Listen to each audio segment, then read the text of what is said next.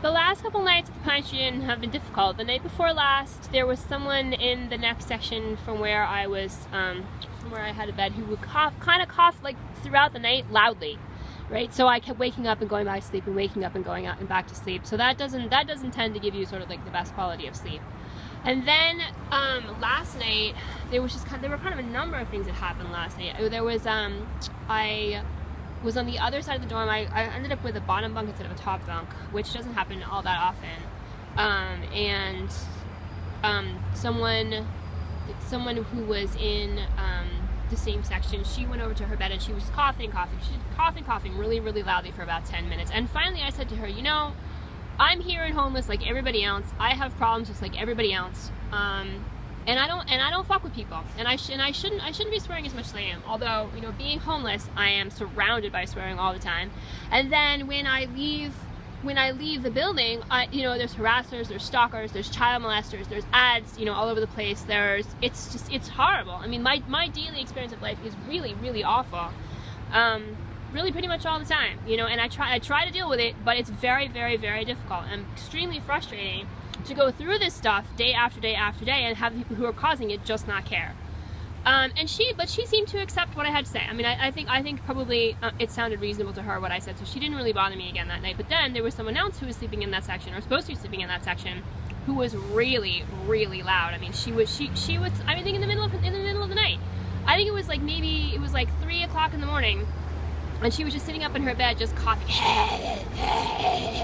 like really, really loud, not unignorable, and impossible to sleep through. And I said to her, would you shut the F up?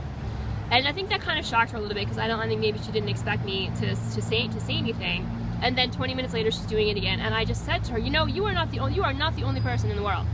And other people need to sleep. And she starts yelling. She's like, oh, you know, shut up, you effing bitch, and all this. I mean, it's just kind of the way it is. I mean, it's just kind of the way it is at a homeless shelter.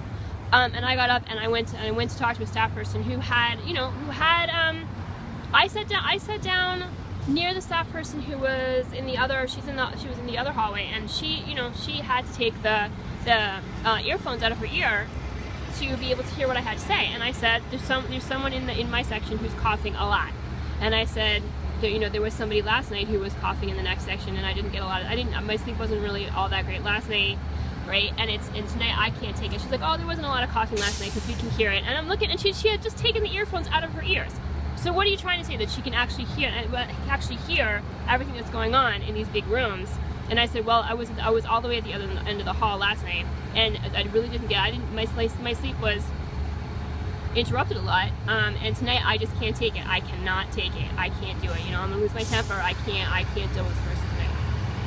So, I don't know if she talked to the person or what happened. You know, I had first gone to the bathroom before talking to the staff person, and then the person who had the guest who was in that section, who had been coughing just incessantly and way too loud to sleep through. She followed me into the bathroom, and so the staff person went in the bathroom and maybe talked to her for a minute.